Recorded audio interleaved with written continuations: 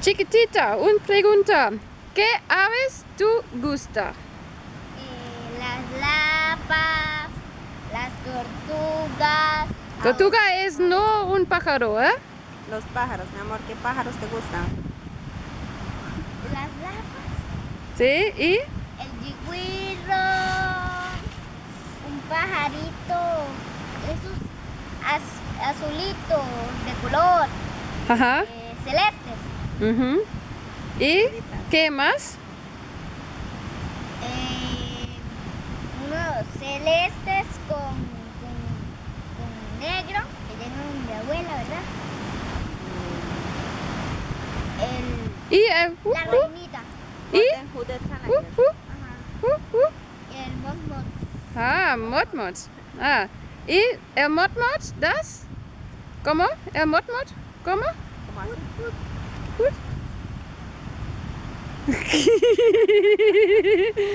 Gracias.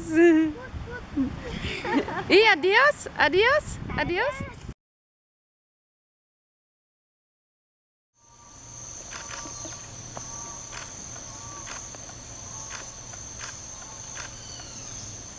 How's it going?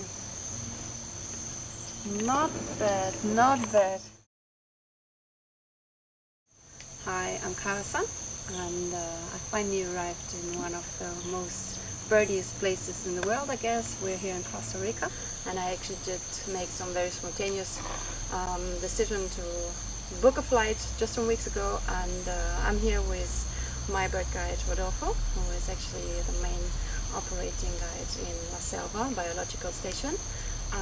So this is like the entrance, or like the beginning of the park, and we already saw some nice kingfisher. We heard the motmot song, and here I heard some oropendulas, the Montezuma oropendulas, and yeah, it's very early in the morning. I think it's like 7 or 7:30 a.m., which means it's very hot already, but it's full of mosquitoes. There's some kind of mosquito animal hunting you at the moment.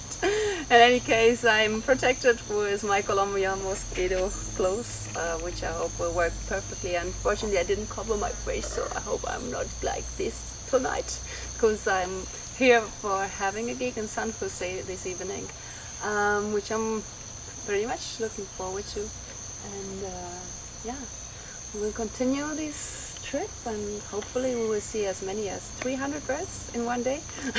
Maybe it's gonna happen, maybe it's gonna not. So continue with the next stop, and see you later. Leafcutter ants.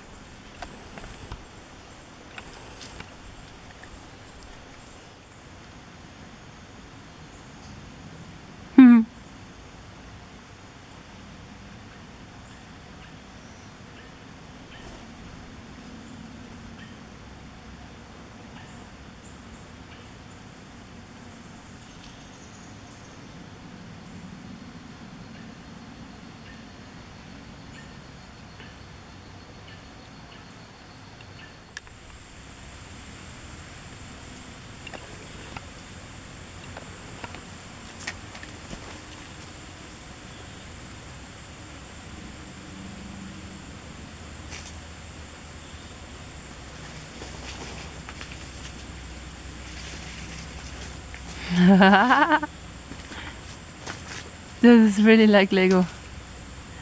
The little Lego mans are carrying their stuff to their road construction or house construction. No, this is nice. Look, this is nice. This is a movie.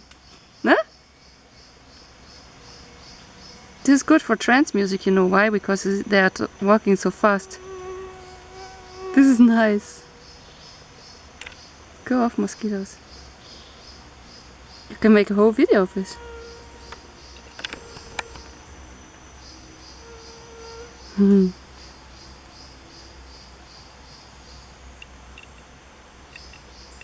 Hmm.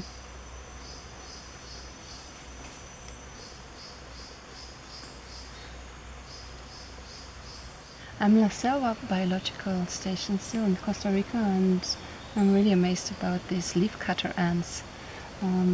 I've seen them only on some kind of television programs until now, but to see them in the wild is like, wow, these little fellows are carrying pieces which are many times as big as they are.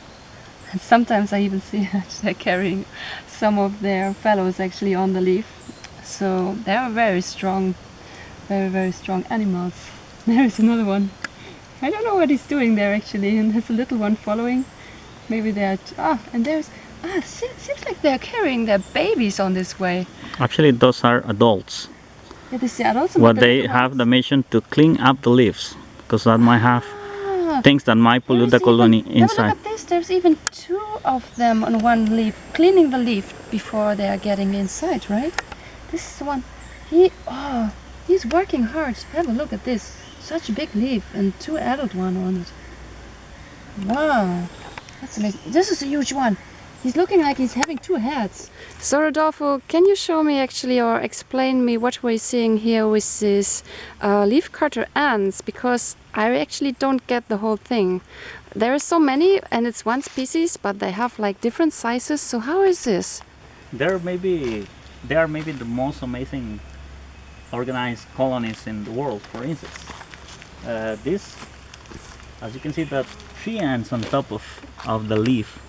Let me see this. So the tiny ones are actually adults. They're full growth, but that's the size. Wow. And they're cleaning up the leaves. They could be things that kills the fungus that they're growing inside the colony. They're growing fungus in the colony. What for they need this fungus? So they have a mutualism relationship with the fungus. So the ants take the leaves into the colony, chew the leaves, do kind of stuff to feed the fungus. In the colony, the fungus grows as a platform, and then grows kind of mushrooms. That's what they feed on. So that's the ants actually feed on some mushrooms. Exactly, they feed on the fungus. Oh, this so can only grow. There is no way to find ants without the fungus or the fungus without the ant. And a specific type of fungus is they grow. So when everything starts by the queens to fly away from a colony, thousands of them flies off the same night, and wherever they mate with the males on the air, and then where they fall, they start digging holes to start the colony up. By that time, there's gonna be no food for the queen. So what she does, she break the wings, eat them. She doesn't eat them anymore. Wow! And then they're flying mussels on the back. So this is full of energy, and they start wasting all this energy. Wow! To survive for the first 1 or 2 weeks. That's crazy. After that, they start having new babies, and that's how they start everything again. So this is a cycle. Sometimes for 300 meters away from their colony. So that's why they climb up all the way up to the top of the trees to get the new leaves. They don't like the old ones. Ah, okay. So then they carry leaves very far. You can imagine yourself driving a car for 200 miles. La Selva Biological Station is mentioned as one of the places on Earth with the highest diversity of ants. We have close to 500 species of ants just in La Selva. Wow, that's a lot. A lot.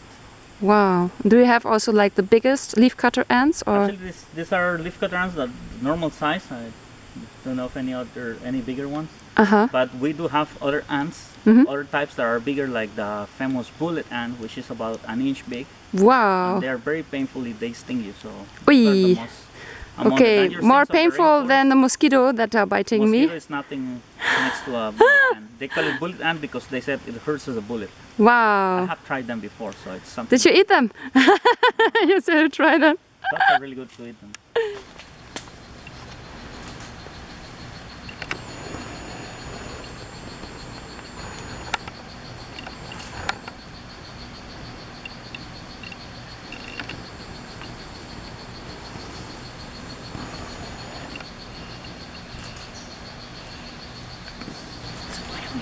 Here, it's a great tina. It's a very nice piece of work. She just finished. They're laying these very much colored eggs, like purplish eggs or lilac even.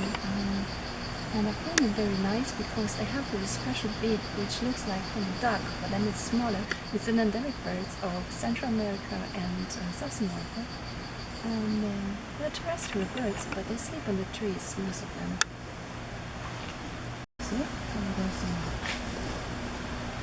No, it's still running out there. I think it's a female. Is it a female Rodolfo? No way to tell. No, the color is nice. Really amazing species.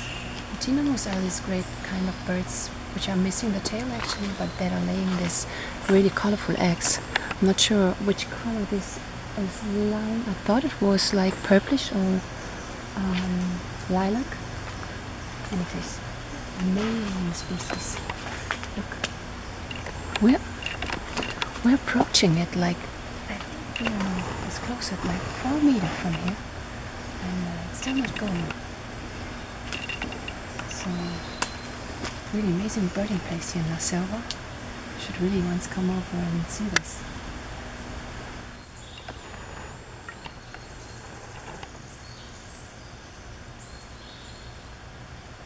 I thought they were bigger actually.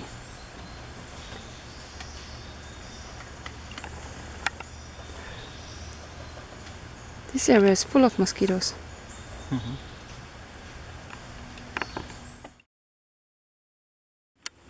Well, I just discovered something myself which I've only seen in the zoo so far, and I'm really much fascinated. This is a praying mantis. We call it in Germany, it's a Gottesanbeterin, and wow, it's huge. And it also didn't move, but then it's moving like a little bit like that. It's very funny, and it's beautiful. It's a creation of art, if you ask me. Try to make some macro photos of it. I think I did also succeed because now it moved not into the light anymore, and it's just beautiful. So it seems like you have to come to La Selva actually one time in your life if you like animals. See, it's moving, it's moving. Oh, it's walking. It's walking. Oh, this is so beautiful. And so now you should think it's just not active at all, but it has such a long leg, so if it wants, it can move pretty fast actually. Wow. So you have seen it, right? Great.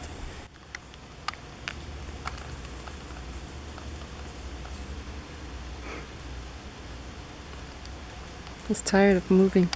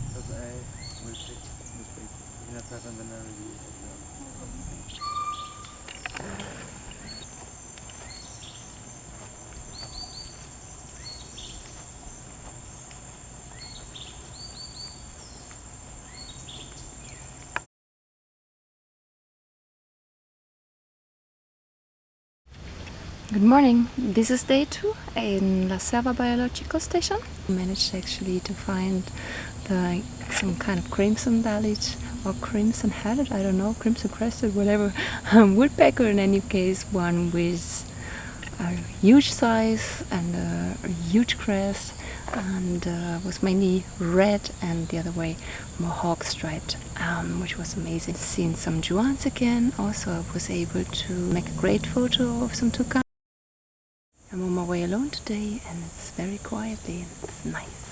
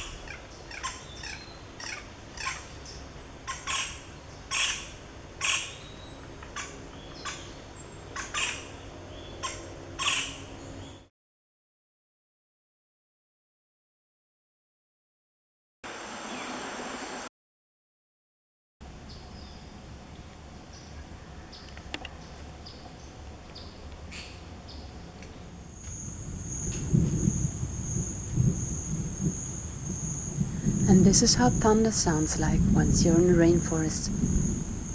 It's still warm, but it's very loud and it's very massive. Fortunately, on the days that I was on La Selva, it did only rain a little. So I didn't even get wet.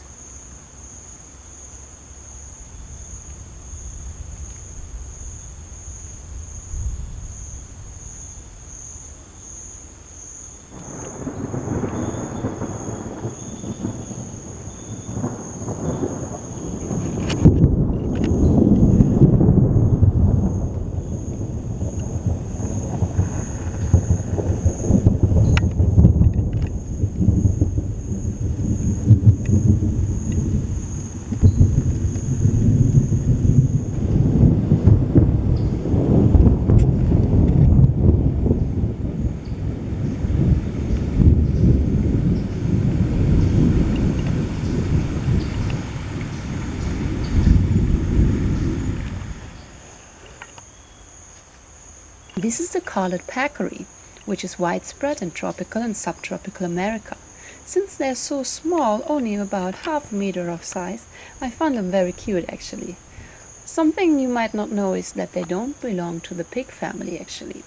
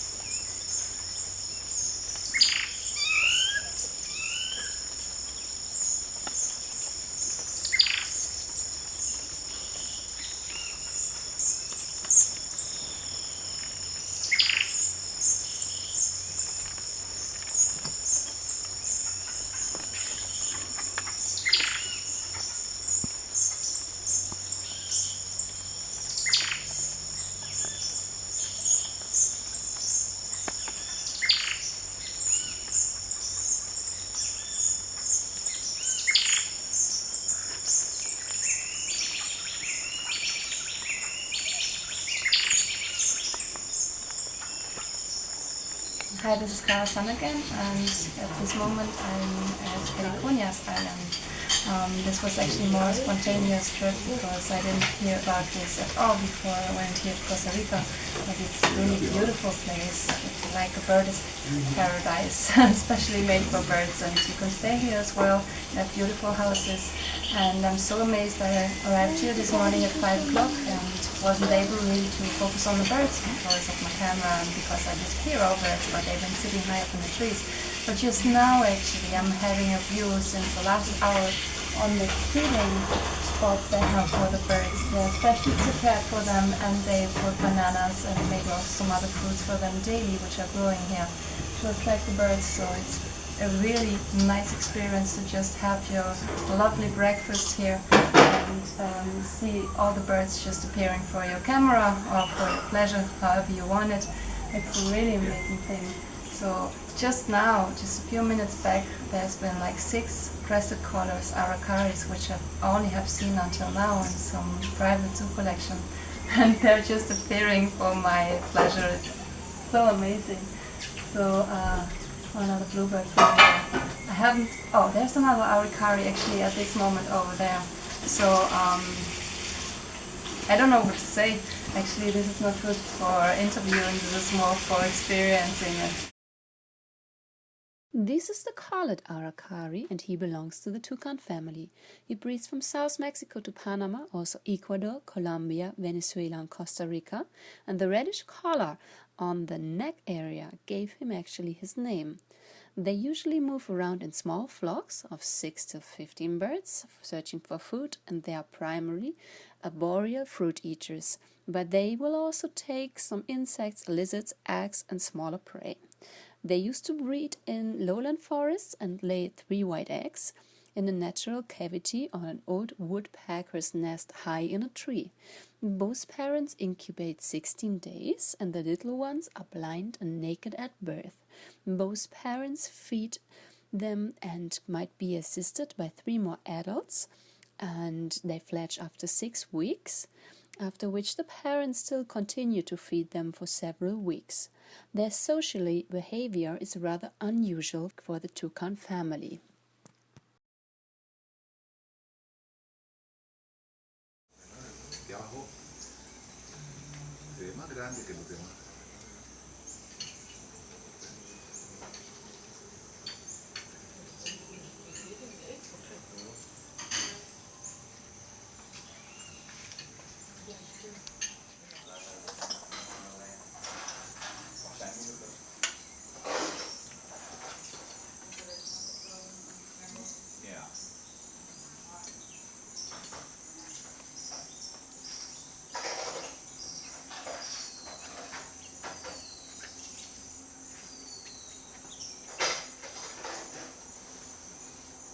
I actually could watch these little comic characters for hours.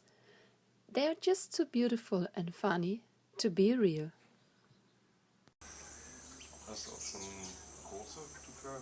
This is the clay-colored thrush. It's a common Central American bird and it's the national bird of Costa Rica, which has been chosen for it because of its strong and melodious songs. It's a bird which is only to find at the Atlantic slope. Its habitat is similar to the Eurasian blackbird. They usually forage for fruit and invertebrates on the ground, but might be found high up in the fruiting trees as well, waiting for prey disturbed by colonies of army ants. They might lay up to 2 clutches yearly, and they are defending aggressively their nest, but it's still possible that they might hatch some brood parasite eggs like the ones from the bronzed cowbird. Yeah, by Shaki. This is Shaki. It's a squirrel that the guys that live here actually brought up. He was falling from the nest, and so you can see he's very, very tame. This is amazing. It's the first time I'm seeing a wild squirrel, even a squirrel at all, that is eating some sunflower seeds from my hands. Cute how it's grabbing it. Very nice. He's having this white spot on his eyes. Yeah, there's something wrong. That was happened later.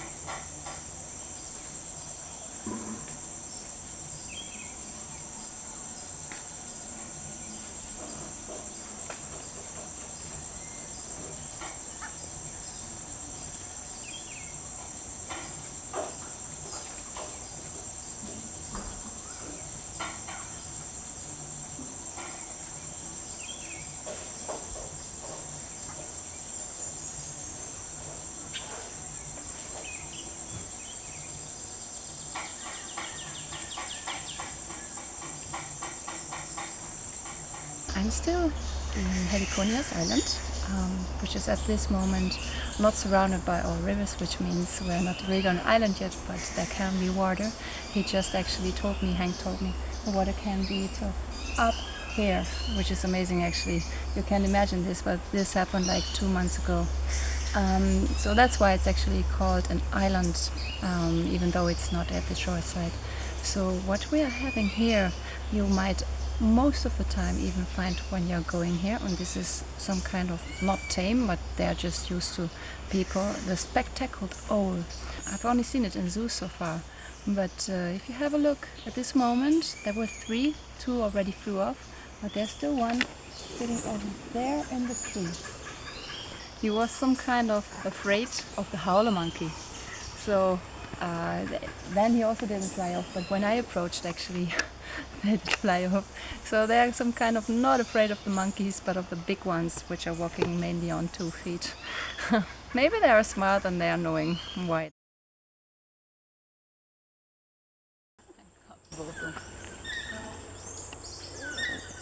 Nu een grote brulhaap op de brug. Ja.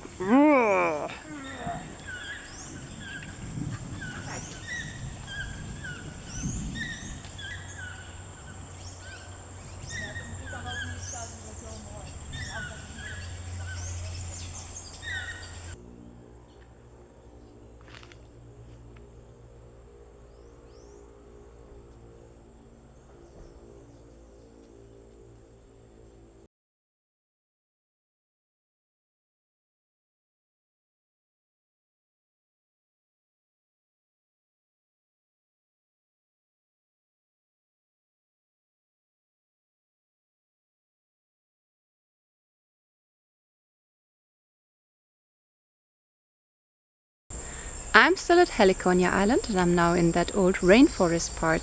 Heliconia Island is actually 5 hectares of size and it has some botanical garden. It's lots of flowers, so of course lots of heliconias, the ones that I actually just had on my macro photography. Now I changed it back to my big lens. So I'm now in that old rainforest part, which is still natural habitat. So this is actually one of the main reasons, not just because of the botanical garden, but also because of the combination, of course, that this is plentiful of birds, because they can still find their food here, of course. So behind me is the river, which I will also check out. I will soon go swimming in that river. It has no caimas, no barracudas, so it's kind of safe. Besides the mosquitoes, I guess. I'm getting closer finally to the Chiripo Mountains, where I will be hiking the next 2 days in the search of the quetzal with my guide David Elizondo. We will be walking in the Cloud Bridge Nature Reserve, which is situated in a beautiful and remote cloud forest on one of the highest mountains of Central America.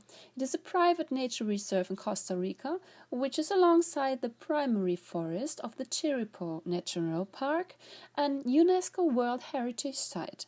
They also have a really great website, you should check that.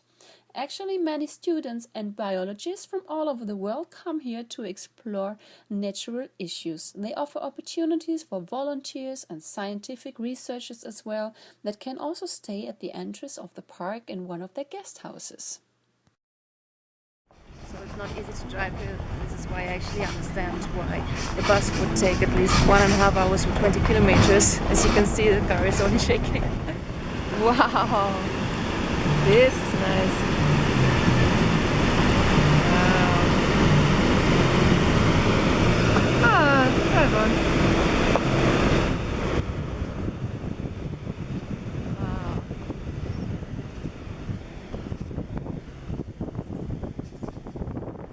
So now I could only film from out of the cars, you know, with the window and shaky.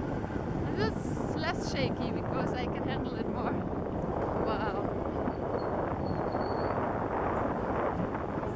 I made good photos of the pale-bellied woodpecker and some videos of the crested huans. This is the Chiripo River. Yeah.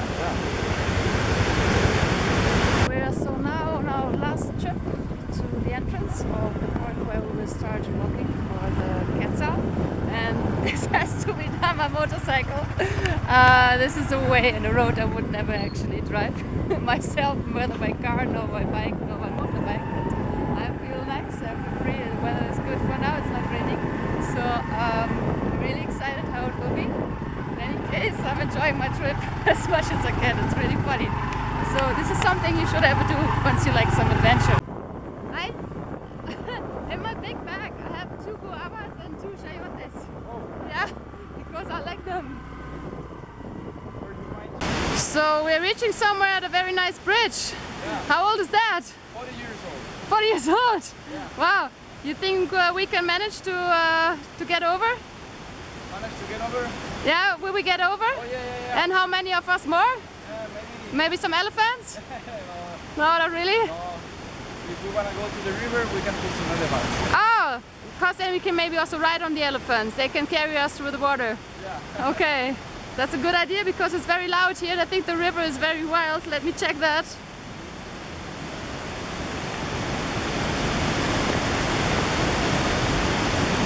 So this is some amazing bridge, really.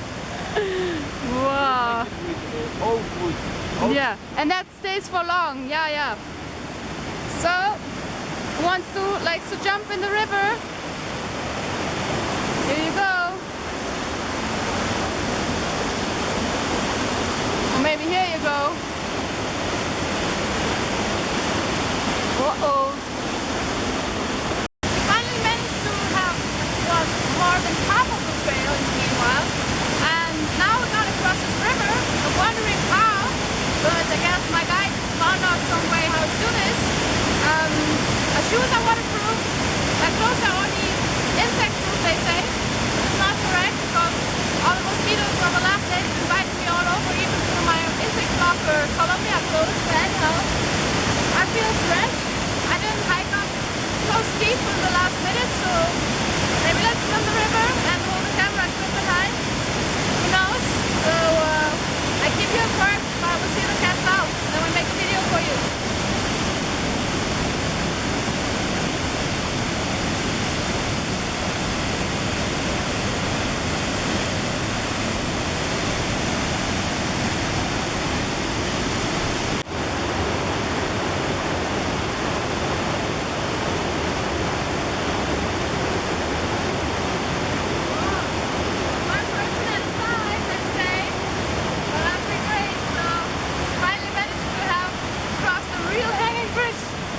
slippery and stuff. Just got really steep in the water, but waterproof, so let's move on. Are you enjoying the walk? Well, the walk was really nice. I'm so exhausted, so honestly didn't expect that. I had to start like 3 times and I thought I was fit. I wasn't prepared, but I mean, I don't smoke, I don't take drugs, and nothing. And I'm really outside every day, but this was really the most exhausting hike I've ever done, and we're not even there, but we made the majority step to get on certain heights. So we're having a nice rest. We'll walk on soon for the quetzal. So, how are you? I'm fine, very good. And you are David, right? Yeah, David Elizondo. Okay, and what's your pleasure being up here? You're a bird guide or something like that? Yeah, I used to do birding trips, and also I take people for the mountain, to the highest mountain in Costa Rica, Chiripo. How high are they? That is 12,000 feet, see, like 3,820 meters over the Whoa! Never been even half that height. I'm on that height. Yeah. So you enjoy living here? Yeah, I'm very happy. This Okay. is an amazing place. Okay, and that's especially mainly of birds, can that be? Yeah. Yeah, that's why I'm here actually. So how will it be? How will the trip go on from here? Yeah, we're gonna make like a loop. We go As a loop? flat over there, and then we go. We try to find the quetzal in that little secondary forest. Mm-hmm. So they planted some avocado trees. That is the principal food of the quetzal. Ah, the national avocados, huh? Yeah. We try to see them over there, and then we go by the waterfall, and then come back. Mhm. Yeah. So how often do you go up here? Like once a week up here. Once a week? Yeah, once to the Chiripo. So you make like 2 trips a week, let's say, like more or less. The trips to the Chiripo takes 3 days. So 3 days even. So you're camping like in a tent there. yeah, up there is a base camp, so we stay in there. Wow. Is it very cold up there? Yeah, in the dry season the temperature could be like the lowest temperature was 10 below zero. So Ooh, and the quetzals also living up there? No. They go at close to the 3,000 meters. Wow. After that, yeah. Not below zero, right? No, not below zero. Oh, okay. So I'm really curious if we will find them today. Yeah. And let's walk on. Today maybe we are a little late, but I hope tomorrow. Yeah, unfortunately there was no possibility to get here in time, but You never know with birds. okay. So let's go and find them. Ready for Christmas. Oh, who's that? I mean, I just met the guide. He was down there. He did not have a beard. But how long are you actually hiking the mountains that you already have a grown beard? Yeah, I'm getting old with this, doing this. You're getting old doing This this. is my 4 years beard. 4 years, okay. So you look like an old man already. Yeah. In 4 years, because you're hiking the mountains every day now. Yeah, You used to do it twice a week and now you do it daily. yeah. Oh, And I need this for the cold. This keep me warm. okay, that you don't freeze. Yeah. I thought the quetzal does not live in an area where it's freezing, but now the climate does change. It changed a little Changed a little bit. We should not cut down the rainforest, right? bit. No. Yeah. So, what happens when we cut down the rainforest? You get a growing beard because you have to protect yourself not getting Yeah, freezing. that's true. The quetzals are maybe disappearing. They get freezing feet. Uh-huh. And what else is happening if the rainforest is going? Tell the people, they need to know that. Yeah, They need to preserve you, that you're not starving of hunger and freezing, and what else? We need to protect because we have a lot of little species of mammals, and you know the reptiles like the frogs. They like to live in bromeliads. Oh, so the bromeliads would have frozen water. Yeah, exactly. They keep. Yeah, that's true. Oh, so they would disappear. Yeah. Okay, so we should actually think about not destroying the rainforest for keeping the frogs alive, right? Yeah. Okay. Frogs and, Then let's show the people some frogs. Let's find them.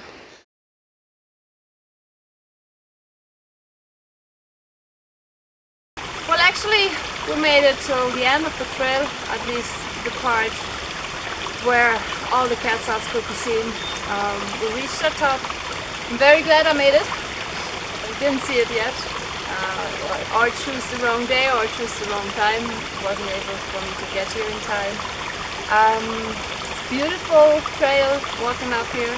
It's very, very exhausting, so you should be a little bit prepared, which I wasn't, but I'm glad I made it. we'll go slowly back down, and maybe we still have a chance to see some quetzals. And we have another trail tomorrow as well in a different region. So we will start very early with sun going up. So maybe that might be a better day, or maybe even later on. In any case, I'm enjoying the fresh mountainous river here. I will refill my bottle to have some nice drink of some fresh water. And yeah, didn't see too many birds, just in the middle of the day, so they're all sleeping a little bit. But our way down is, I think, 2 more hours because I'm more lazy and taking photographs and all this, and maybe to entertain you. So let's see what the days will still bring. After all the long journey, all the way up, we're going all the way down and having a nice steam bath. Here's a natural bath. It's a little bit wild, but I think it's a good one to relax. So let's see if it works.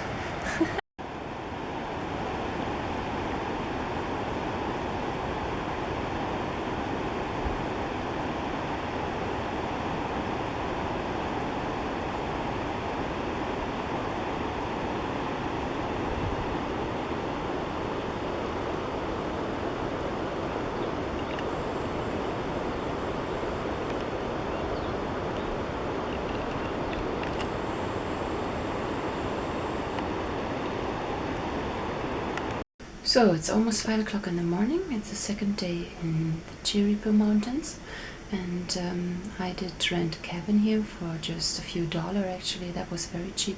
That was at the entrance of the park, so this is where you can stay. And I'm waiting for my guide David, and I hope that he will come soon. Actually, the whole night it sounded like it was raining, and I was pretty much shocked. In any case, our trails will be very muddy, but it had stopped raining, I think, already since a while, because that ground is already getting dry again.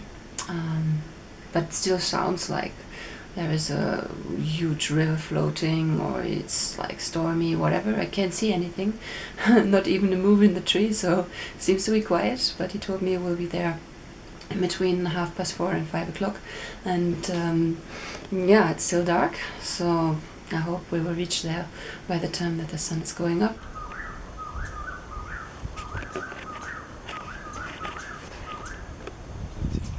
Out there we hear some quails. Which are these quails? The name of the quails? Spotted wood quails. Ah, this is spotted wood quails, so it's a lovely sound. I was just arriving here and we heard them. I would imagine by the time we're there they flushed off, but beautiful voice, isn't it?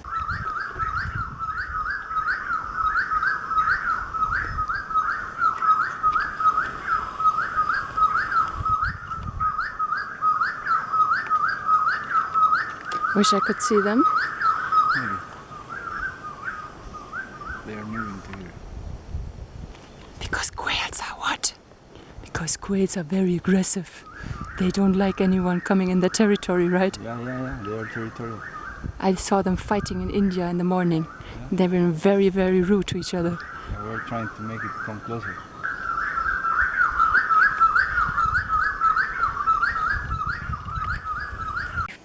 So we've been hiking all the way up here from the trail, actually, on the steep slope, to find the black huan, which we did actually see. And there's been at least, I think, 2 or 3 up here in the tree. We finally managed to get here. We have made some photos, but when we approached closer, actually on the other side, he flew off. This is a fruiting tree. I think it's a fig. Is it a fig? Yeah, it's a fig. So it has really good fruits. I've found plentiful actually here. I show that. Yeah. So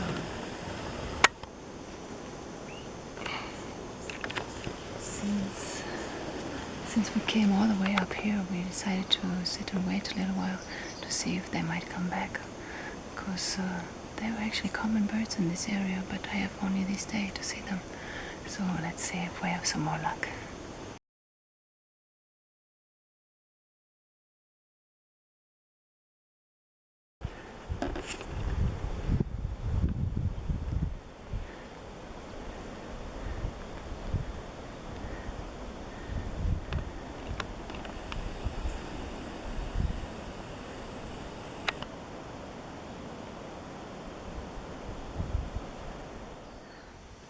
So we finally arrived at some avocado tree. This is huge trees. Have a look. And David is actually playing his songs of the quetzals. Listening if we can find some or see some, attract some. Unfortunately the figs are already dried out. It's not the fruiting time of this fig tree actually.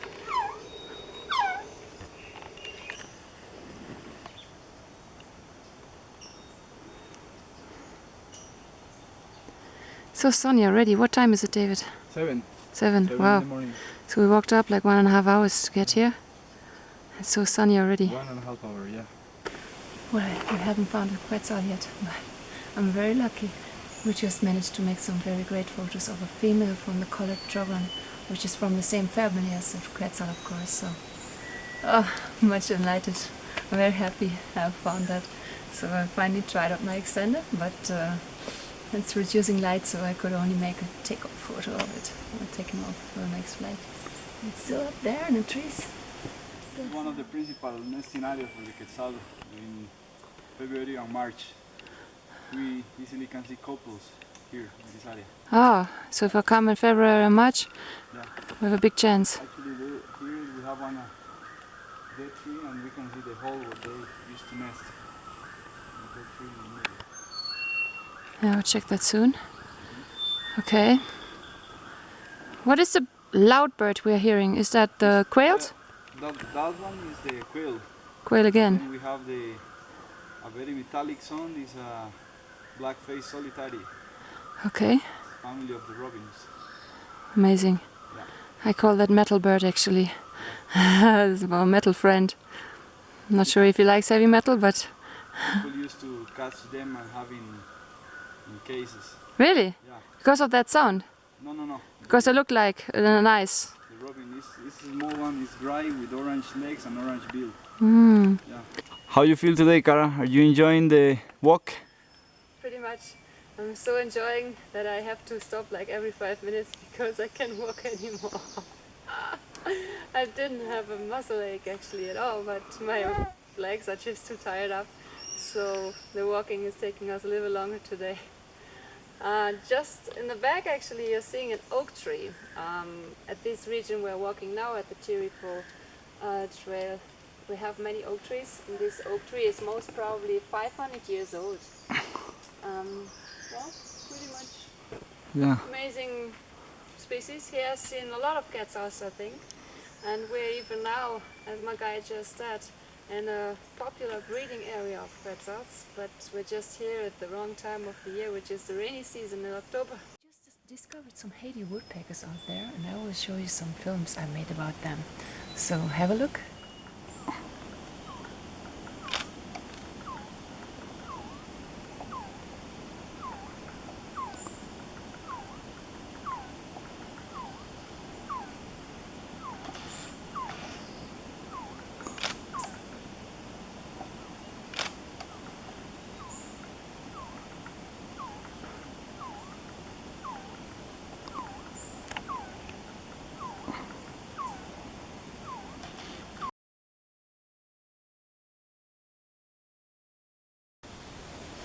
So we finally reached our point for today, which is not the end of the trail which you can walk, but at least for our trail. I'm really glad I made it. We're in the middle of the clouds, which we can see if, David, if you would show the people up there, the clouds are actually moving across the trees. It's really amazing. So as you can see the clouds moving fast. We are on high altitude at this moment. So the high altitude we reached at this at this peak is, as you can see over here, it's the altitude of 2,192 meters, or also 7,192 feet, which is really amazing. I think I have only been higher for now on the snowy mountains of Idaho, where I've been going for filming Franklin spruce grouse. That was like 2,700 meters of height in the snowy mountains. So David, we arrived the final point, and what do you think of the one you brought here today? It was a very slow walk, or was it still okay? Or Yeah, we reach here. This is the limit of the Chiripo National Park. yes, After here, there is a trail that the trail keep going for about 10 more kilometers. 10 more kilometers. Wow. Yeah, you did very well. That was a great pace because we also was taking pictures of plants and some birds. Yeah, yeah. And now we are into the clouds. Yeah, as you can really see, I see that behind you actually already, that the clouds are actually coming to surround us, and I didn't expect that in the middle of the forest. Yeah, and yeah, we have to start going down because normally When clouds are coming, it's raining as well? yeah, when clouds is coming, it's close to. So tell me something, we made like a 1,000 meter way to get here, and what is actually your time you need to get here if you walk on your own? Because you're sometimes working here as well, I heard. If I was just walk to get here, it takes like 45 minutes 45 minutes, and it took us like 3 hours, I guess, right? from the beginning to here. And it took us like 2 hours, 3 hours? It takes like two hours and a half. Wow. Yeah. So tell me something, what you're doing here, because I heard you're not just a birder and a bird guide, but you are also helping the people here in doing what? Yeah, I take people to do the big hike to the Chiripo. We take people there to stay 2 nights, 3 days. We stay up there in the base camp for 2 nights. Ah, First day we get from the trailhead to the base camp. ah, Second day is to go from base camp to summit. ah, Come back to the base camp. okay. The third day is to go all the way down from base camp to San Gerardo again. And to carry all the stuff, you do it on your own, or? Some people do by their own, and some other people they pay for porters. They charge $3 per kilo to carry the things up. Okay, by people carrying their stuff, or they also take a horse or something? They normally take a horse. Yeah, Ah, okay. but just for the things because And I heard something like you're helping people here with replanting? yeah, we are in the cloud bridge that is after the limit of the park. Mm-hmm. They do reforestation because the land was owned by two guys from the United States, Mm-hmm. and they are keeping the nature and reforestation. The idea that was good before to Have cows up here, right? cows and some tomato plantations. Ah, okay. So they plant around 2,000 trees per year now. Wow, that's a lot. Yeah. So is it all kind of fruiting trees for the birds, or? Yeah, fruiting trees, especially native trees from the area. They try to take away the tree that is not native from here. And what is that? What's not native from here? Like they have there is one kind of almendro, and then other kind of cedros that is not native from here. Mm-hmm. They try to plant in here a raton that is a good for birds, aguacatillo, Mm-hmm. and then chancho blanco. But tell me something, there were like also cocoa and coffee here and all this? Well, in some places, yeah, they still having some cocoa plants Mm-hmm. and big coffee plantations. Some people. But they didn't get them out of this forest, I mean. No, I mean up here they don't have. This is primary forest, so Yeah, never was coded. It's Yeah. native species of plants. okay. So, well, Okay. I'm getting cold actually. Yeah, we have Let's to walk on, huh? keep moving to get warm again. We're just lucky to find the Costa Rican pygmy owl. It's just sitting up there on that tree, on that branch over there. It's not far away. It's not an easy species to see. We make many pictures, but I'm still wondering how to make pictures. Actually, when you have the light.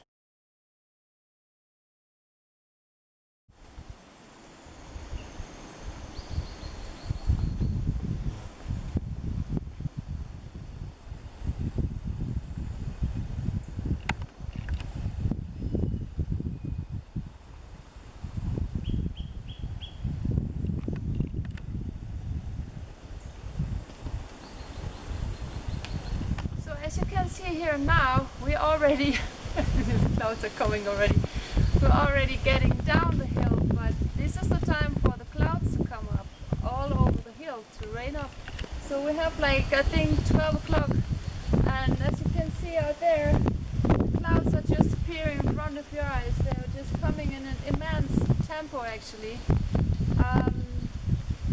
was actually the place a few hours ago when we've been here, like 2 hours ago I guess, or not even, maybe like 1 hour ago. It was still sunny and you could see all the side in the valley to the other mountains on the other side, and it was just sunny and no clouds or nothing. And just 1-2 hours later you come to the same spot and what you have is clouds all over, and you feel like in the autumn time in Europe, where I actually don't want to go back to. So let's see if we reach the beginning of the mountain again, if that will be all over and if we will find some sun again. But for now this is actually some spectacular thing what I also have seen on Madeira. At the one side of the mountain you had the sun and it was warm and you have your short t-shirt and everything, and once you actually go to the other side you have all this. You're like in a total other world and it's not even many meters away from each other. I just have the sunny side, the cloudy side, and this is how the rainforests are working actually. They produce their own clouds, they produce their own rain, and this is how it goes. As you can see for now here, there's a big cloud coming on now. Maybe I'm in the next seconds fully clouded, I have no idea. But this is actually funny to see how this climatal thing is going on and how it works. So if you have never any knowledge about how rainforest works and that it is so different from the European forest what we have, there you go.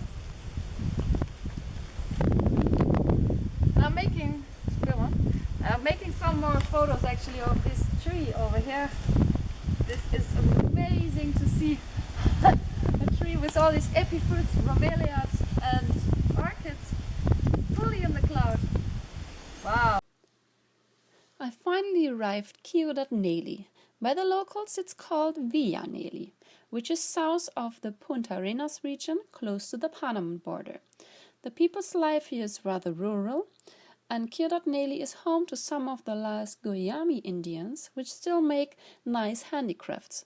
Unfortunately, what they don't mention on internet is that a large part of Nelly is totally destroyed by palm oil plantations. And this is the first time I'm ever in a region like this, where I see which kind of impact it has, all this fat industry. I can't call it different like this. This palm oil is just put in most of the ready-to-buy products we have in Europe, even here in Costa Rica, and it's destroying people's life by far instance. Actually, in this forest you have nothing grown really anymore, since everything is pesticided. Even my friend, his job 6 times a week, 8 hours a day, is doing nothing else than pesticiding all the little plants which are growing around the palm oil trees, which is very sad to see. Es grande, un problema grande. Yeah. Tell the people por qué. ¿Por qué es un grande problema? Porque igual mata demasiado lo que es el bosque, elimina el bosque, Sí. lo elimina. Y la palma, la raíz, son 4 o 5 metros redonda y hacia abajo. El suelo queda muy mal, queda como la raíz hace como una trenza. Entonces nada sirve. ¿Y animales aquí o no? Muy poco. Muy poco. Muy poco. La palma no, casi no. El río aquí es ácido, ¿sí? Aquí sí. Sí. En es no pescado, ¿sí? Aquí no. So, es no normal. No es normal.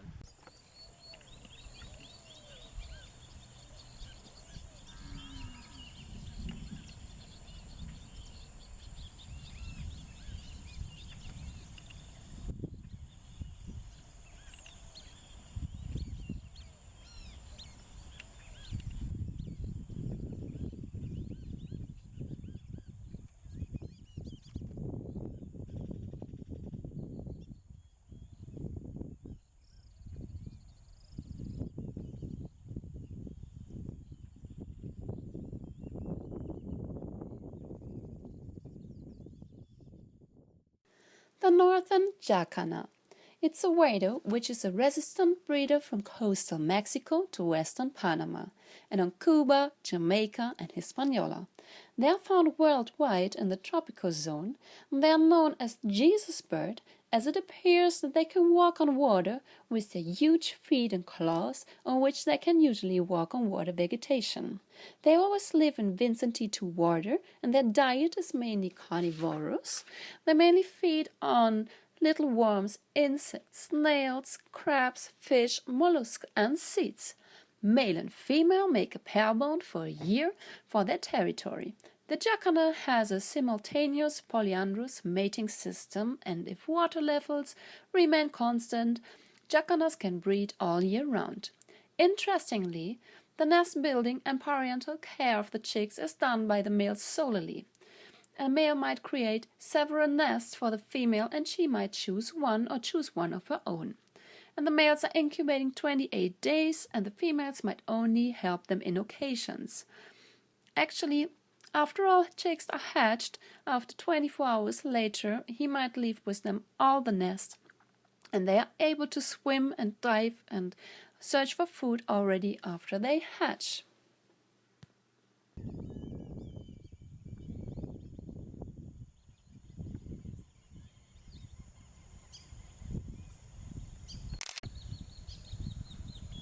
Es mejor de fotos.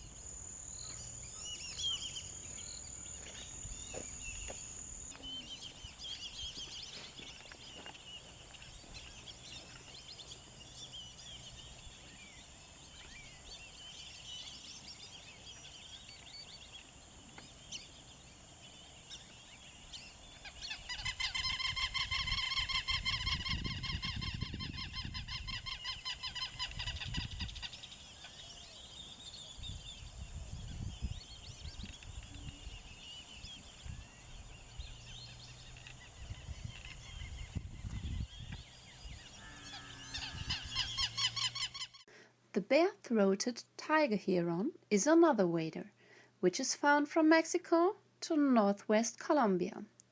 It often waits motionless for suitable prey, such as fish, frogs, and crabs. He is a solitary breeder and lays 2 to 3 green-tinged white eggs. Sí.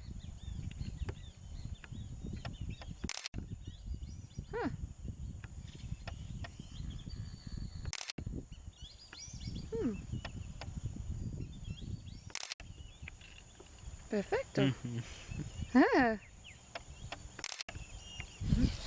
We're in the burial area actually now. That's still yeimiri.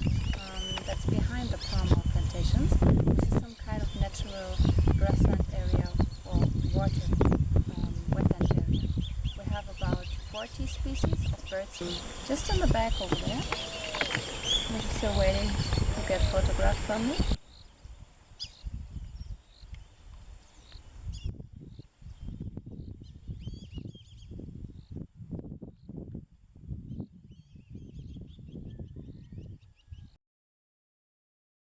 And there we have the anhinga, drying out his feathers. Another of his synonymous names is darter or snakebird. He is a wader bird of the warmer parts of America. He has a very long neck, and therefore you often see him swimming with only its neck above the water. They have no nostrils and breathe solely through their epiglottis. They mainly hunt on fish and small prey, and unlike ducks, it has no oil gland to make his feathers waterproof. So actually they can dive longer on the water, but therefore they also are depending on more sunny places to dry out their feathers again.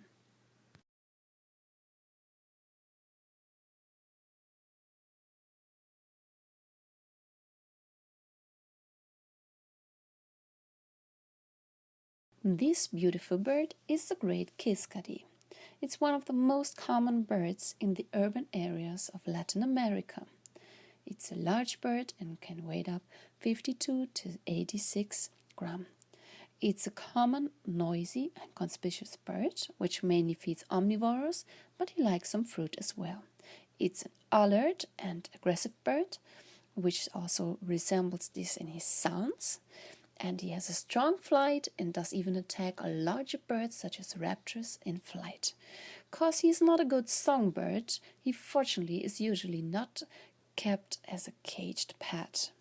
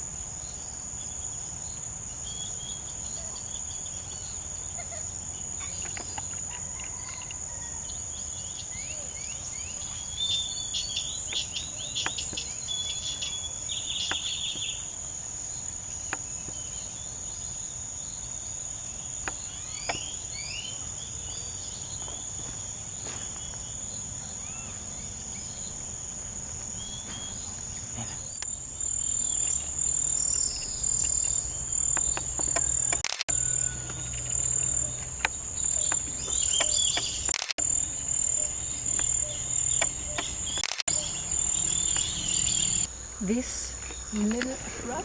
I'm not sure if it's growing, but it's definitely the most nicest natural smell I've ever smelled. It's better than any orchid, any jasmine or whatever there is. We still have to find out what that is. I can't tell you, but this actually smells like if you go in the greenhouses anywhere and they have this botanical garden or this, well, let's say the rainforest houses, the tropical houses, it's like this smell. I'm not sure if they extricate it or if they plant this shrub also to get this smell, but this is something what I like when I go in these houses to see the birds in zoos and wherever. So I finally found it growing naturally, and I definitely have to find out what that is and maybe plant it in my garden as well. Which I don't have, but I have a collection of plants, so I really should add this. This is lovely.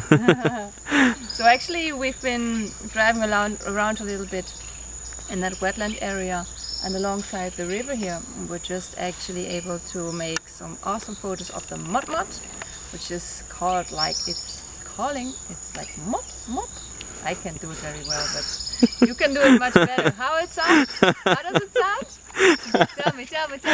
We have to know this. It's like mud. See? More like this. Yeah. Okay. I haven't heard this yet, so I can't tell you guys. In any case, it's a nice calm area here.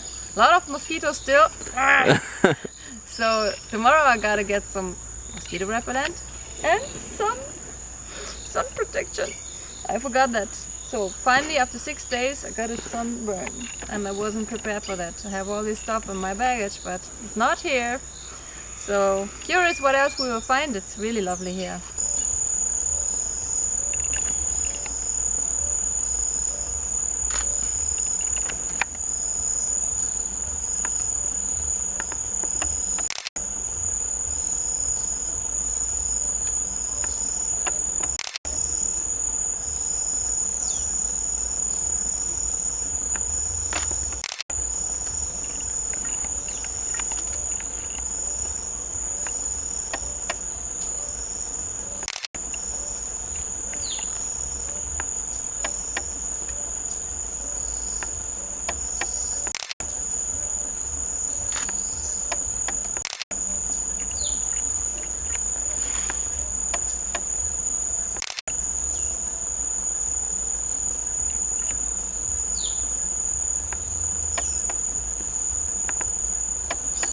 La cámara de papá.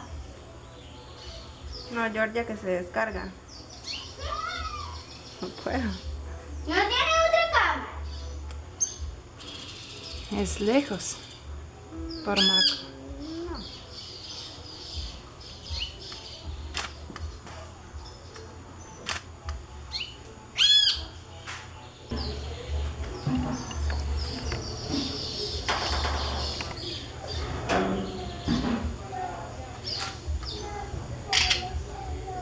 Ay, no puedo tomar foto porque necesito claro.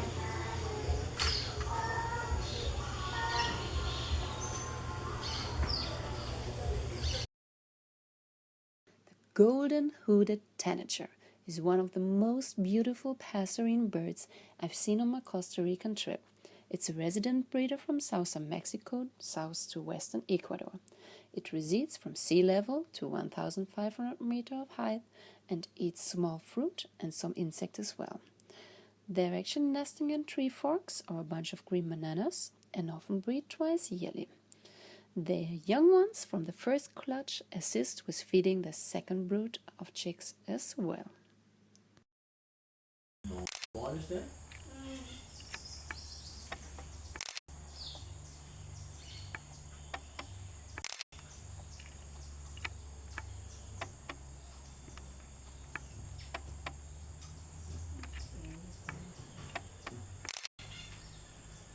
Ahí te veo hasta mañana.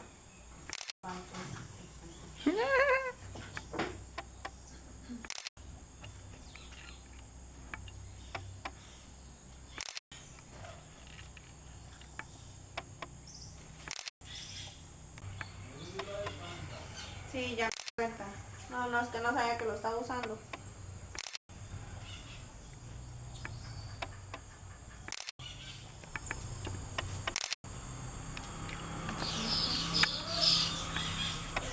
Cha, cha, cha. La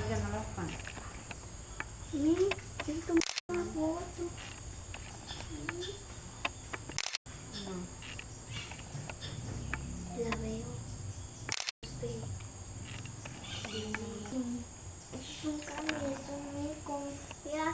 ni con la marca de la cámara de mi papá.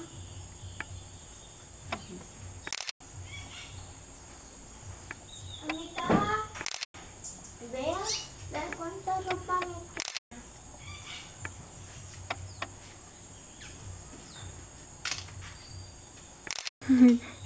Automático. Buenos días. We're now into that Nelly in Zona del Sur, which is actually in between the palm oil plantations, which I don't like so much, but fortunately I'm still able to spot some species here. Just made some photos of the mariposas, so the butterflies, and just over here we had the chance to make good photos of some heron, which I just have to identify, so I don't know the name yet, but in any case, good photos and I'm very glad about it. So we're actually now in the backyard of the people which I'm visiting, which actually gave me my idea to travel to Costa Rica because of some impressive photos that they made. In this backyard we have just a few banana trees, so they have bananas all year round. They have some oranges, and just behind me we have the cocoa tree. We're actually going to the mountains soon with the motor again, and I'm curious if we will find one of the 5 dragon species.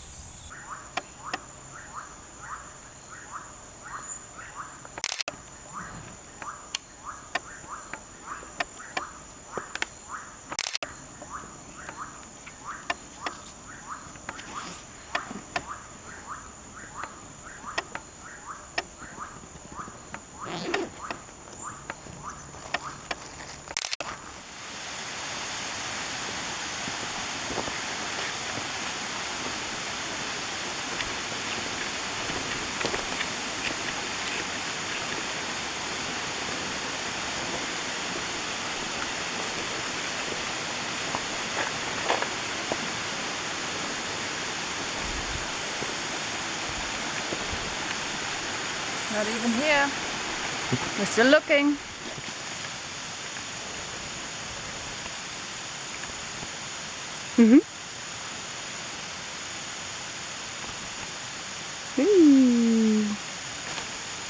Venenoso.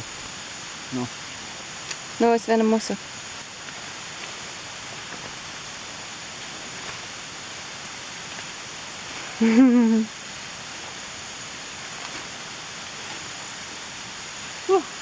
So we just found a little snake. And it vanished again. Huh.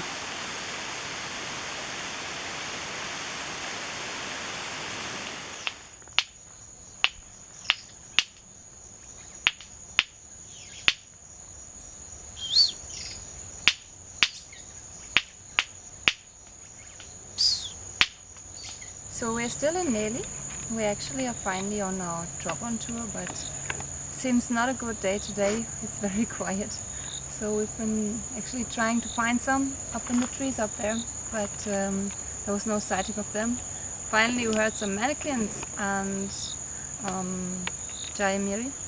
Tried to attract them actually with some stones and they responded, so that was funny to hear, but still they were in the brushes so we couldn't see them.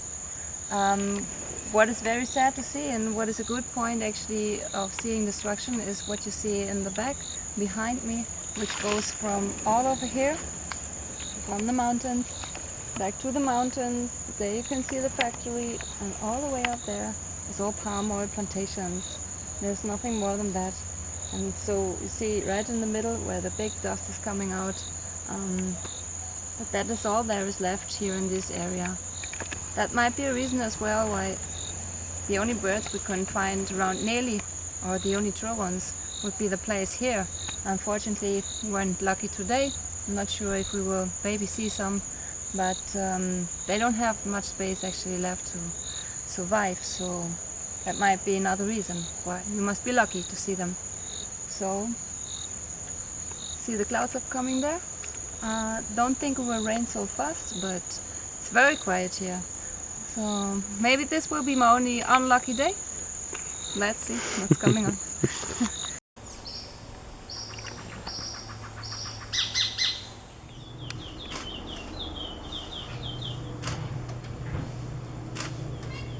Just behind in the back we have the green Honeycreeper male, which is really a beautiful species. It's like emerald shining green, and it has a yellow beak and a black head. It's very beautiful.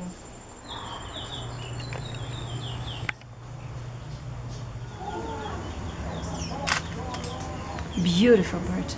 It's just sitting up right there. That's a green Honeycreeper. You should see that. It's a little one. Very colorful.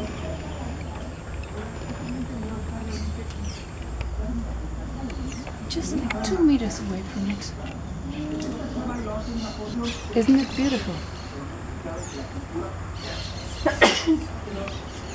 So we're having it so close. I just could almost catch it with my hands.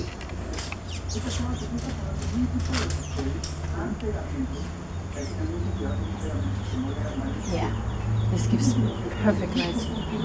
Wow, this is it.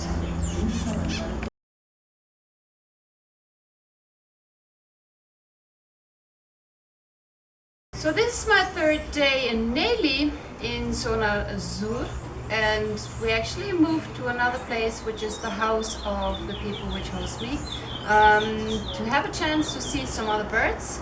I'm here with my new friend Pocahontas, which is very famous, but this is the real one. My new friend Georgea, which is actually a very good bird and photographer as well.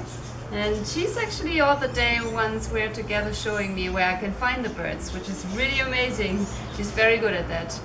So it's a beautiful day with a lot of sun today, and later on we'll go to the beach, a la playa, which is my first time in Costa Rica, and I'm not sure if I can survive this because I already got sunburned, so I'm protected as much possible now. Sí. Sí. Venga.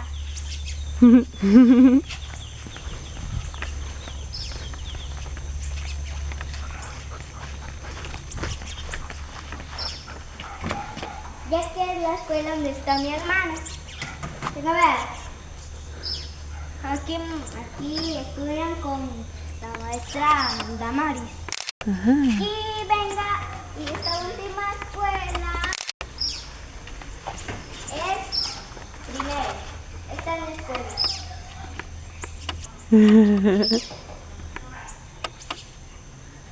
Hello. Se puede leer libros.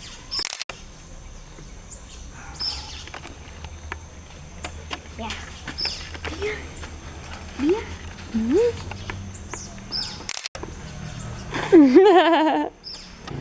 venga. Vamos a ir a un lugar que hay un millón de pajaritos. No. There. Ay.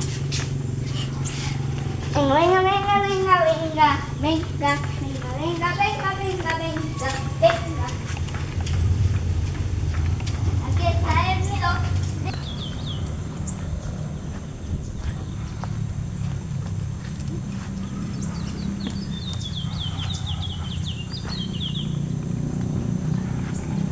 Ahí está el nido del pájaro.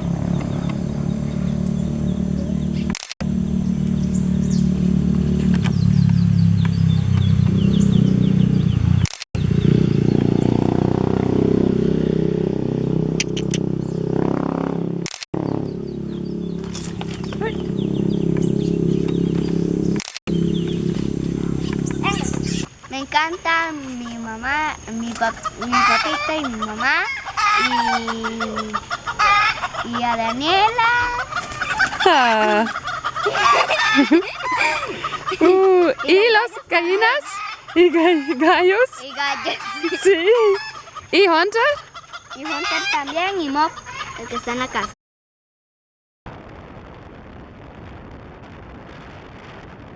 We're now driving to Corcovado National Park, which is on Osa Peninsula in southwest Costa Rica. It is 425 square kilometers of size and it's the largest park in Costa Rica, which protects a third of the Osa Peninsula. The ecological variety is quite stunning, with a large abundance of wildlife. It's the largest primary forest on the American Pacific coastline, and they still have large raptors such as harpy eagle, mammals such as jaguar, ocelot and puma, and has 13 types of forest and more than 500 tree species. Actually, this area is just too beautiful to describe. You should really ever get here if you travel to Costa Rica.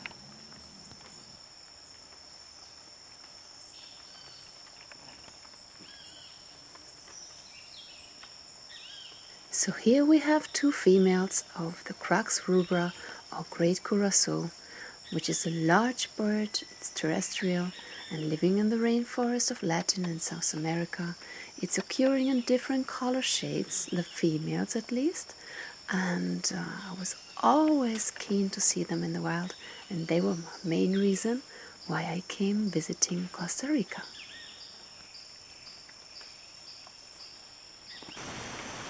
So now we're in a Rainforest lodge, a really beautiful place. I hadn't any idea which hotel yeimiri meant when she told me that we would go to Corcovado. He told me about some hotel, but this is really a dream place to be. Most probably I can't afford staying here.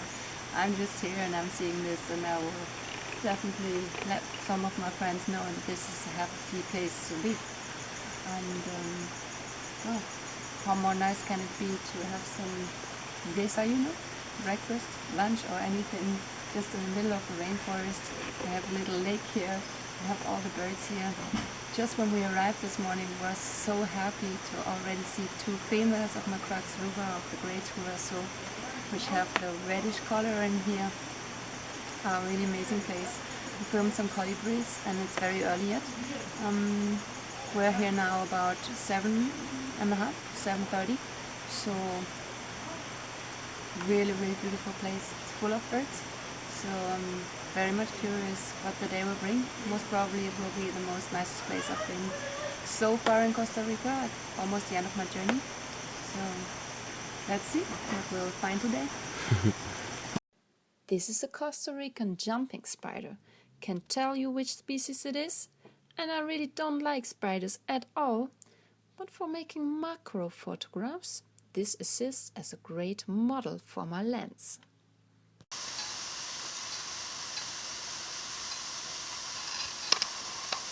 So, what are you waiting for? ¿Qué esperamos? ¿Qué esperar? ¿Yo? Cracks. Ah, cracks. Cracks. You mean that? ¿Qué cracks? ¿Rubra? Sí. Yo también. We're on the first trail now in the research area, which is in Corcovado. It's really beautiful here, as you can see, I hope. It's surrounded by just a lot of trees. And you still hear the rain that is dropping down. It didn't rain this morning, but almost all night. It's a lovely sound, you don't get wet though. And I just wanted to show you how beautiful the rainforest looks from its inside. Don't you think it's beautiful?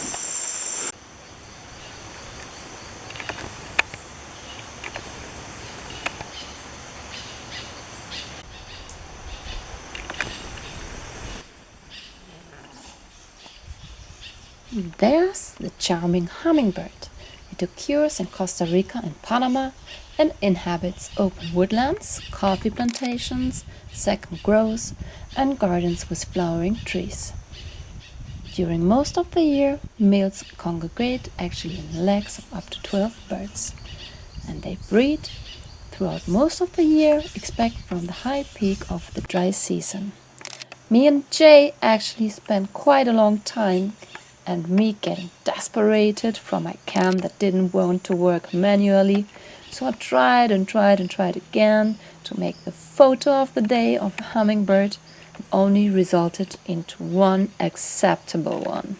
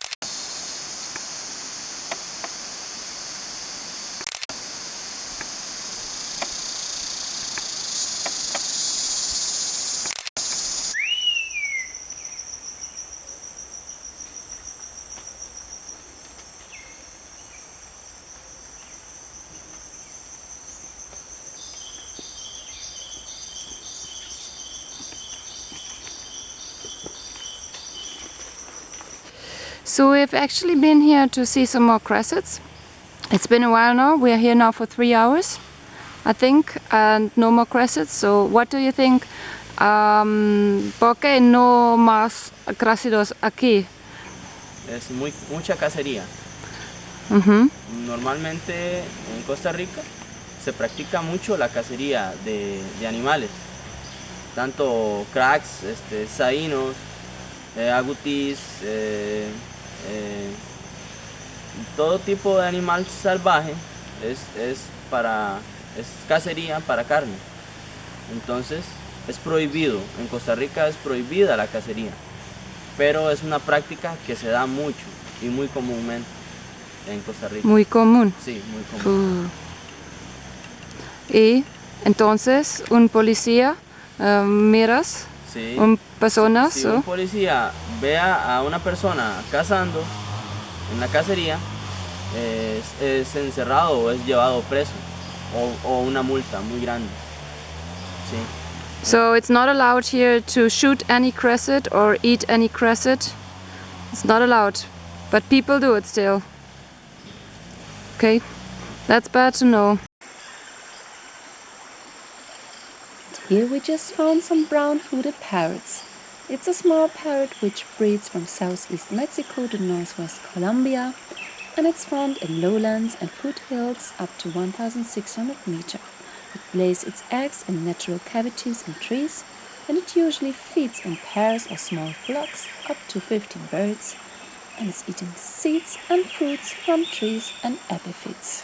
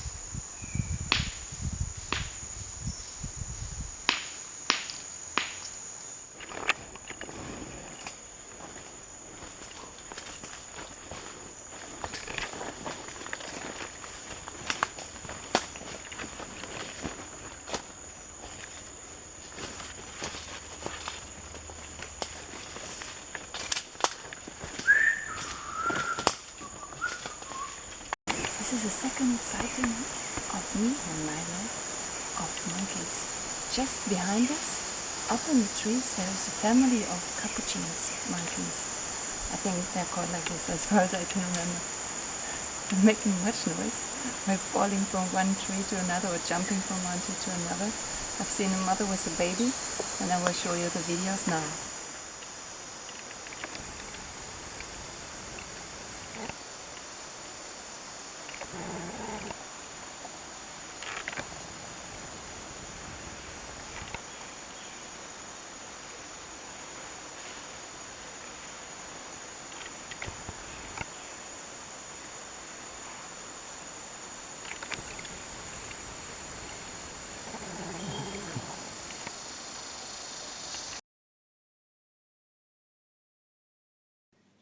There's a coati. It belongs to the raccoon family and lives in a wide range of Central and South America. They're a little bit larger than a large house cat. The meaning of holding the tail high is actually to keep flocks together once they are foraging in tall vegetation.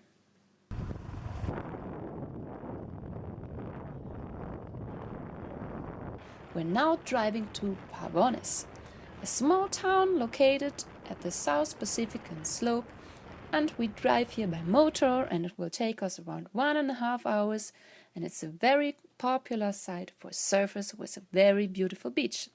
It's not easy to get here. Actually, the streets are really damaged, and so driving on a motor might also damage your butt. Especially when you have a backpack and a surfboard to bring along with you, it might be really rough. But as far as the weather is nice, and we're expecting some nice warm water, and this will be my first surfing try ever, I'm still much looking forward to it. So let's see.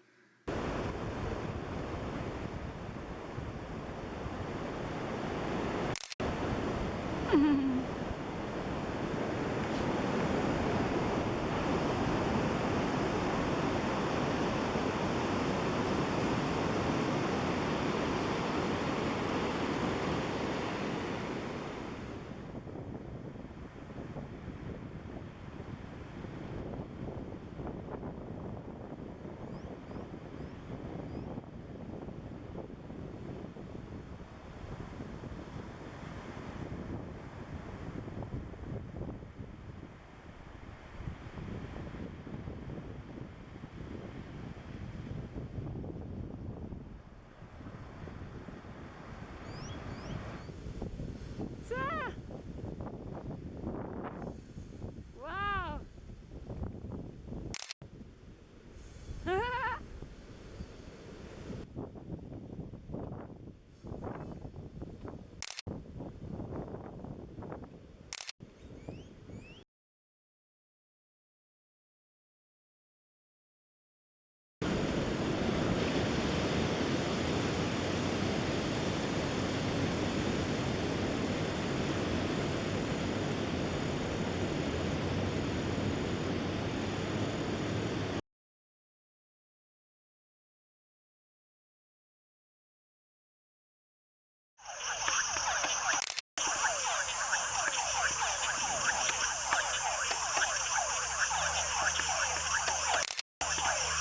Al salir el sol, me lavo la cara con agua y jabón, porque la limpieza, dice mi mamá, es una belleza y salud los da.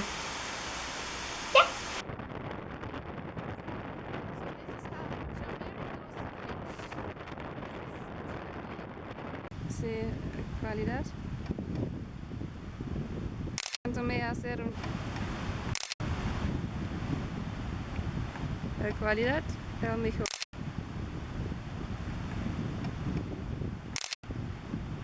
Ha.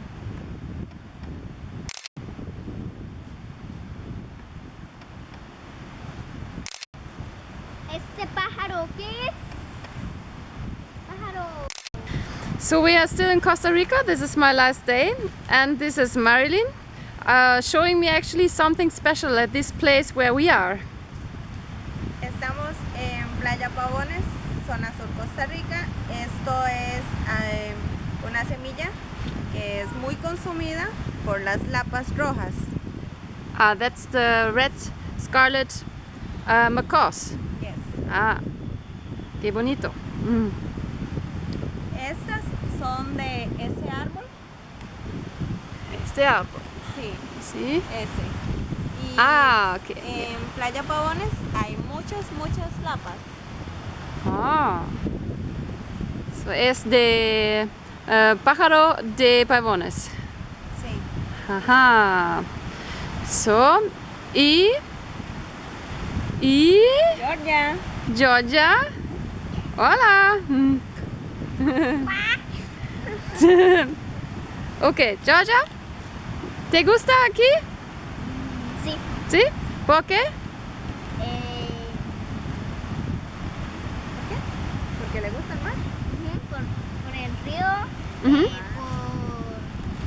por el parque también, ujú, y también Los animales. por los animales y ujú. por las lapas, y ¿por qué, mam?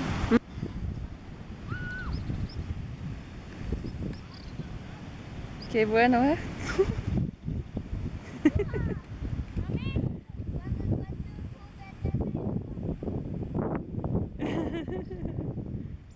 Wow.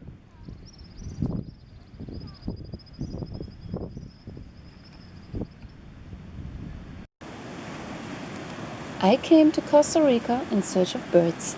I haven't found the quetzal and got only a few pictures of the great curassow, but I must say one of the most lovely birds I found on this trip was actually Georgia, the 7-year-old daughter of my friends whom I visited in southern Costa Rica.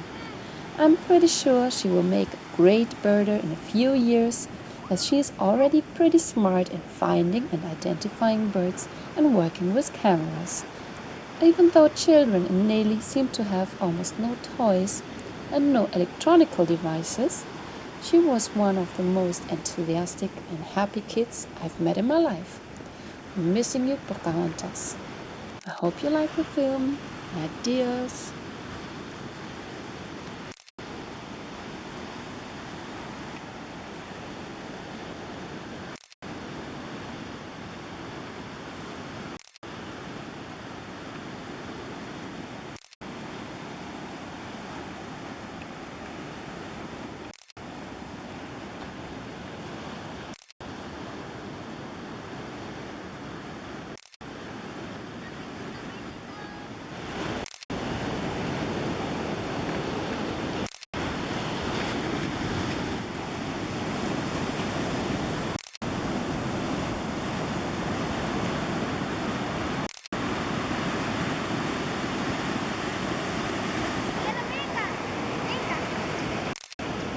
Oh, that's my. Get away. Stop.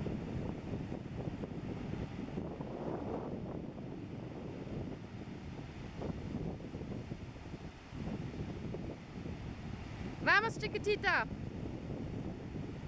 Otra playa.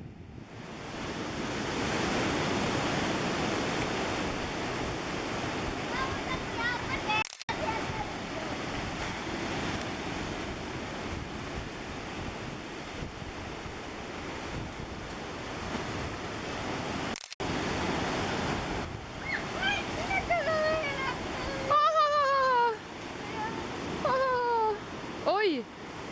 Okay. Uy. Se la voy a llevar a mami. Mami se va a asustar. No. So this is my last day in Costa Rica. I enjoyed the time here so much. I've seen more birds in the wild than any other country I've visited